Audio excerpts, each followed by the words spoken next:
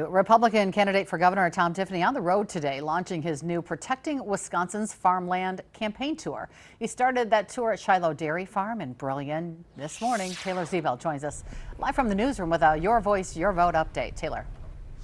Cammie, Tiffany this morning was highlighting the importance of keeping farmland from being converted to what he calls data land, large-scale wind, solar, and data center projects.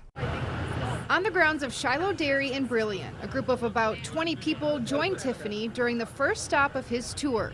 The Republican candidate for governor making it clear farmers are the backbone of Wisconsin, and they need their land, jobs, and livelihoods protected.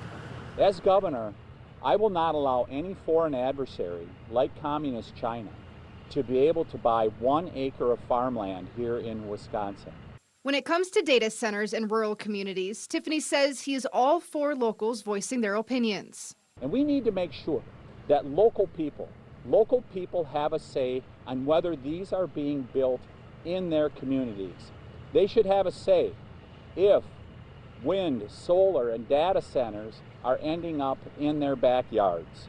Tiffany claims his competitor, Milwaukee County Executive David Crowley, wants Wisconsin to be a data center hub and leave people with large bills to pay.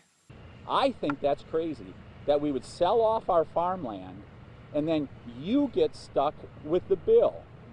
That will not happen on my watch. I will end the subsidies for these data centers. However, Crowley provided me with a statement that reads in part, quote, "When I'm governor, I'm going to aggressively protect Wisconsin citizens from the abuses of these big tech billionaires and their unregulated data centers to stop them from poisoning our farmland, passing costs onto Wisconsinites, and destroying their way of life," end quote. Tiffany continued his tour today, visiting Wausau, La Crosse, and Eau Claire, and you can find Crowley's full statement on WBAY.com. Cammie, back to you.